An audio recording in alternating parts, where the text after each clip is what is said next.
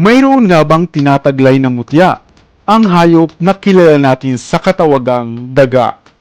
Halika at alamin upang ikaw ay mamangha sa mga tinataglay pala nitong kakaibang bisa. Hello, what's up? Your best here. Ang video natin ngayon ay medyo sensitibo. Kaya naman, kung hindi ka handa sa ganitong uri ng mga usapin, ay mag-next video ka na lamang.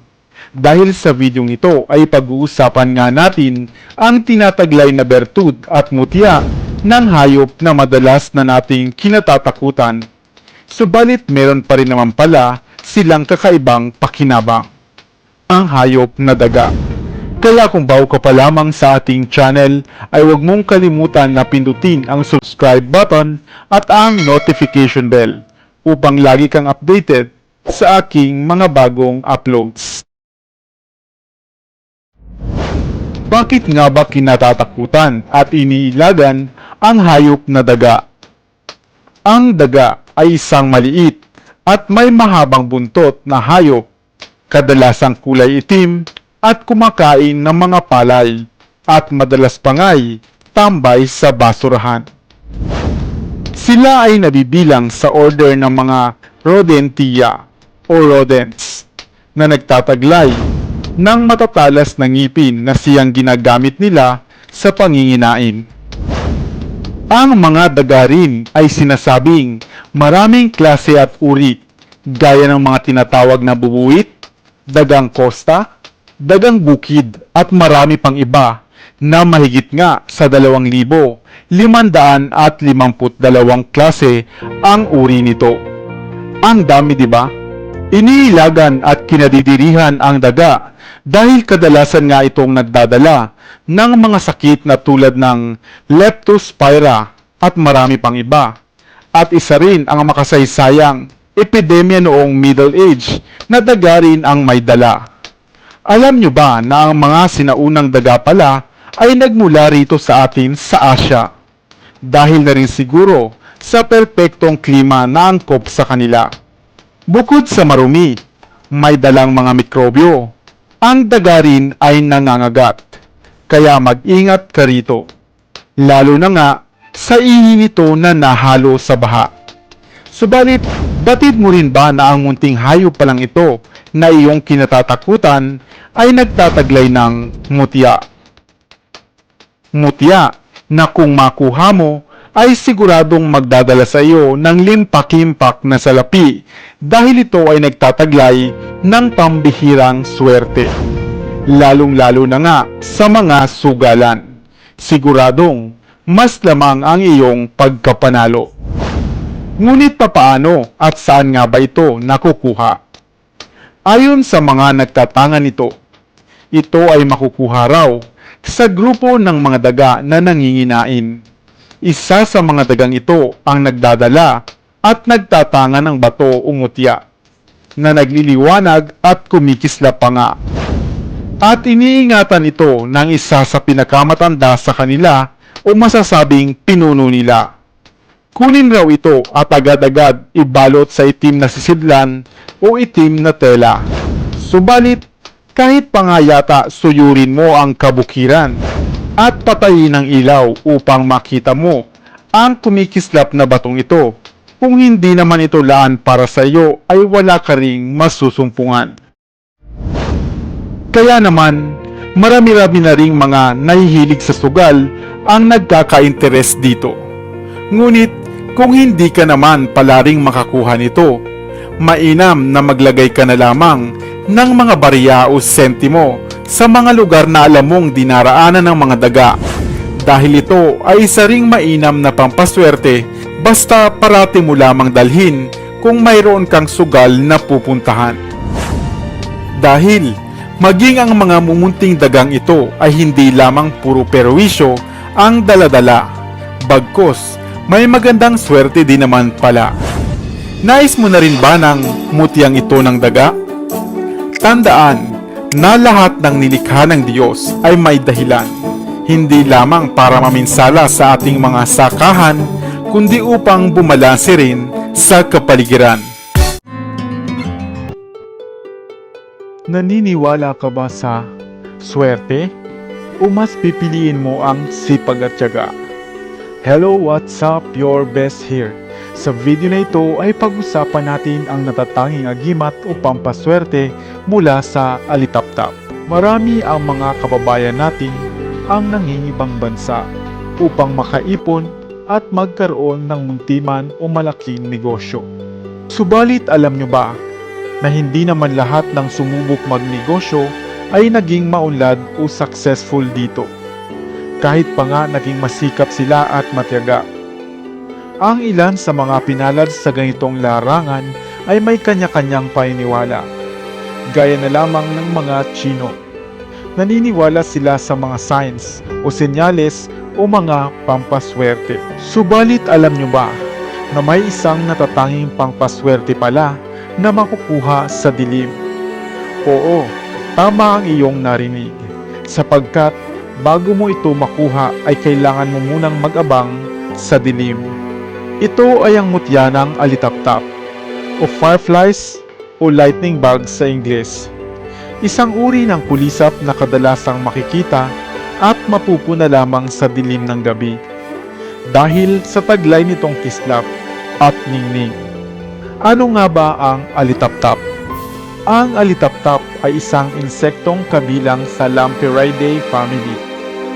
Ang sinasabing mayroon daw mahigit sa 2,000 uri ng species. Kadalasang namumuhay ang mga alitaptap sa mga mamasa-masang rehiyon o tropical na bansa.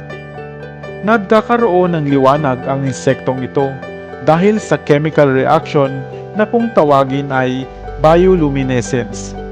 Ito ay bunga ng isang organ ng alitaptap na kayang kumislap sa tulong ng luciferase at magnesium at kadalasan ngang makikita sa ibabang bahagi ng katawan ng alitaptap.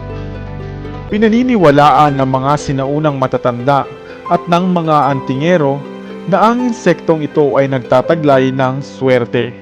Hindi ang mismong insekto, kundi ang bahay nito. Karaniwan itong isang kumpol ng dahon na kadalas ay makikita sa puno kung saan nananahan ang mga alitaptap. Kunin daw ito at patuyuin. Mainam itong gamiting panghalina at pampaswerte lalo na sa mga negosyo. Tiyak daw na dadagsain ka ng mga customer gaya ng isang grupo ng mga alitaptap sa isang puno. Ibalot daw ito sa pulang tela at isabit sa inyong tindahan sa bubungang bahagi o kaya na may ilagay sa inyong pitaka o wallet. Pangontra din ito sa mga malas at magaan sa kabuhayan. Minsan ay ginagamit din itong sangkap sa paggawa ng bao o agimat na bao. Nais mo rin ba ng pampaswerteng ito, kabayan? Tandaan na ang swerte man ay nasa sa iyong mga kamay. Kung ito ay hindi mo sasamahan ng sipag at tiyaga at dasal, ay tiyak na ang taglay mong swerte ay kulang na kulang.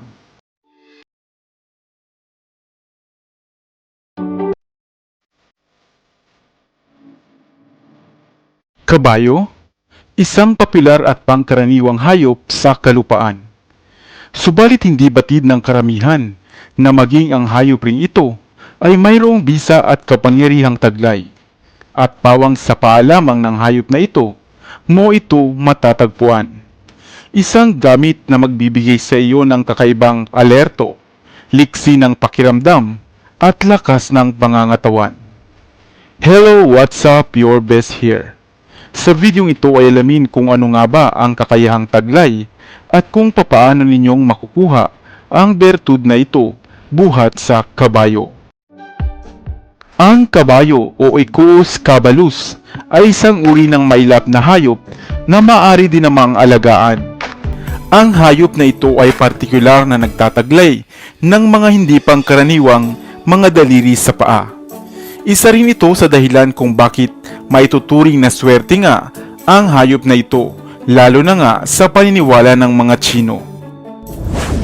Subalit na itanong mo na rin marahil kung papaano nga bang naging maswerte ang horseshoe na kadalasang kinukuha ng mga negosyante at ilang naniniwala rito. Ito ay karaniwang gawa sa metal na iron at nagtataboy ng mga masamang elemento.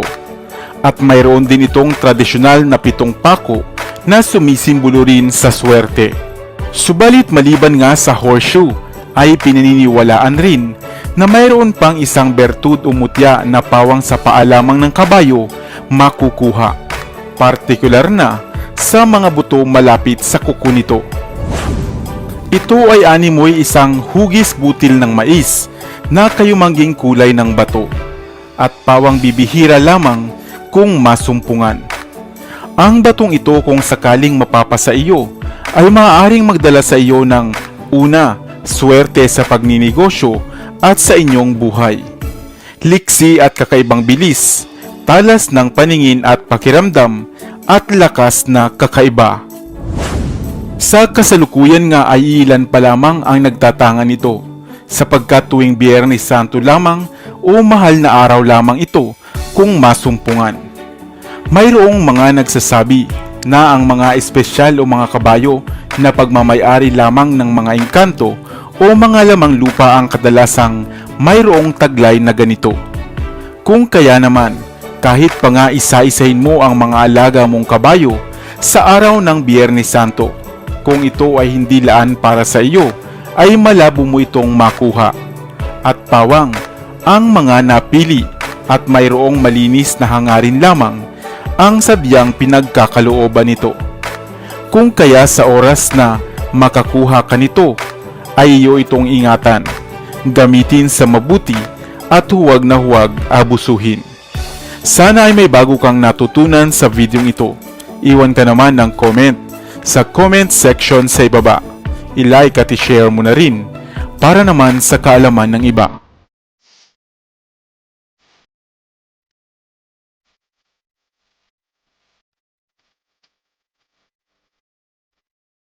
Dito na sa Best TV, tayo ay matuto, utak mapuno ng bagong kaalaman. Dito na sa Best TV, tayo ay lumibot, lihim na mundo ay ating matuklasan. Dito yan sa Best TV, dito yan sa Best TV, dito yan sa Best TV. Sapagkat ang mga laki may alam, dito yan sa Best TV. Tara bes, sabay-sabay tayo na matuto, pagkat dito sa mundo lamang ang siyang marunong. Ating utak sa linan ng panibagong dunong, mga